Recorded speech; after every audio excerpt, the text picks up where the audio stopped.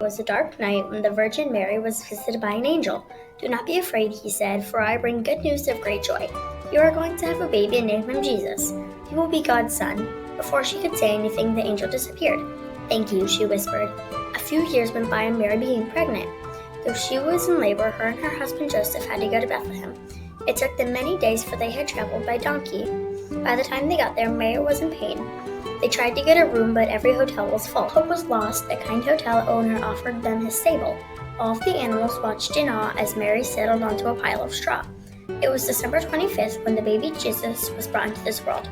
The light of a large star shone over the stable, guiding people to Jesus. Shepherds and wise men came to see the new king. The 3 wise men came bearing gifts of gold, frankincense, and myrrh. All the animals bowed their heads, welcoming the new king. This is how the story of Christmas begins. I stepped onto the rocky road and pulled on my gloves. Daddy picked up a saw and nodded at us. Cam and I raced down the hill with billions of trees in our sight. We both pointed to a decent-sized tree with no broken branches. So Daddy started cutting the tree and Mommy got ready to catch it. Once it fell, Cam and I helped Daddy carry the sappy, sticky conifer. Daddy's hands were covered in sap. Mommy called us over to the car and we loaded up the tree.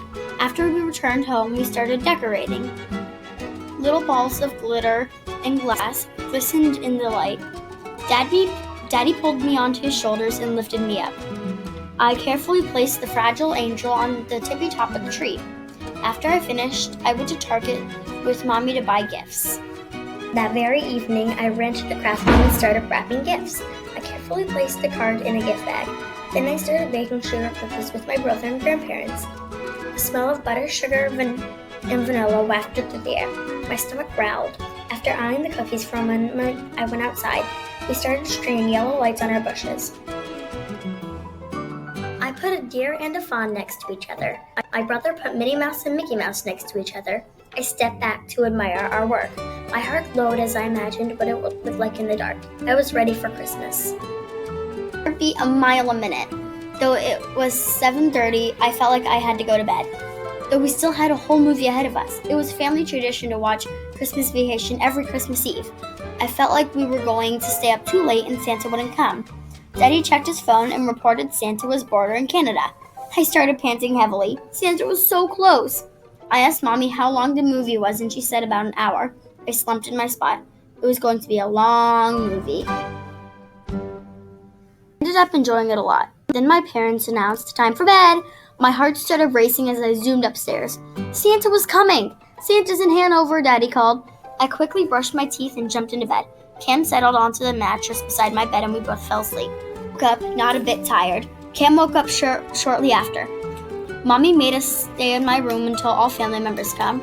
My brother and I chatted for a bit, then suddenly the door opened. My heart started pounding and I started jumping up and down. My heart was racing a mile a minute. My pace sped up with each step. I started panting and doing little hops here and there. My squeal was no longer quiet. I beat Cam downstairs and ran to our emerald conifer, which stood proudly in the living room. Shiny, crimson grape, canary, carrot, black caramel balls hung above beautifully wrapped boxes. A golden angel watched over the room. Multicolored lights gently rested on the branches. Yellow, orange, and red flames wiggled through weak logs. Cookie crumbs in an empty glass lay on the mantel. I noticed a bunch of presents had my name on them as everyone sat down. I started tearing open our presents. My arms were moving faster than my brain. My thank you and squeal just got louder. At the end, I had a bunch of wonderful presents surrounding me. My grin was too large for my face. We had a wonderful breakfast as little flurries drifted out of the sky. The joy in my heart was overwhelming. I couldn't help myself and hugged everyone, then finished my steaming hot plate of rolls and pancakes. Evening, I started unboxing some of the things I got. I gave each one a special hug. I thought of all the wonderful people who came here today. I told everyone that I loved their gift and it will be well loved. To keep that promise, I thought, I will have to use them. I giggled and went off to find my presents. What a wonderful Christmas it had been. Morning. Morning. All right, sing a song for me or something. All I want for Christmas is my family. Oh, we want family.